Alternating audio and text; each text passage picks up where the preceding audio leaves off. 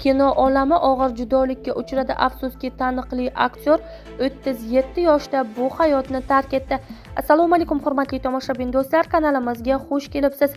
O'zbek hamda jahon shou biznesi olamidagi eng tezkor va qaynoq yangiliklarni o'tkazib yubormaslik uchun kanalimizga obuna bo'lib, videoroliklarimiz davomida bor yo'g'i bir donadan like hamda podpisatsiya tugmachalarini bosib qoldirishni unutmang. 2 aprel kuni Ashraf va Ro'yo seriali orqali tomoshabinlarga tanilgan yosh turk teatr va kino aktyori Ramazon Tetik vafot etdi. Aktyor atigi 37 yoshda edi. Turk serial yulduzining o'limi haqida Turkiya aktyorlar uyushmasi ijtimoiy tarmoqlarda e'lon qildi. Aziz hamkasbimiz Ramazon Tetikni bunchalik yoshligida yo'qotganimizdan chuqur qayg'udamiz. Biz juda afsusdamiz. Uning oilasi va barcha yaqinlariga sabr tilab hamdardlik bildiramiz, deyiladi xabarda.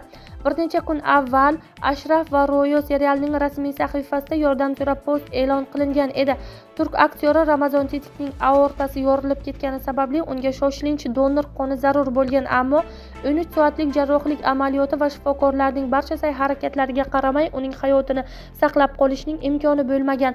Ramazon Tetik o'z kasbini sevadigan va muvaffaqiyatli karyera qurishni orzu qilgan teatr va kino aktyori edi. U mashg'ulotlardan bo'sh vaqtlarida kuryer bo'lib ishlab, ko'p vaqtini muhtojlarga yordam berishga sarflardi, deyilgan xabarda.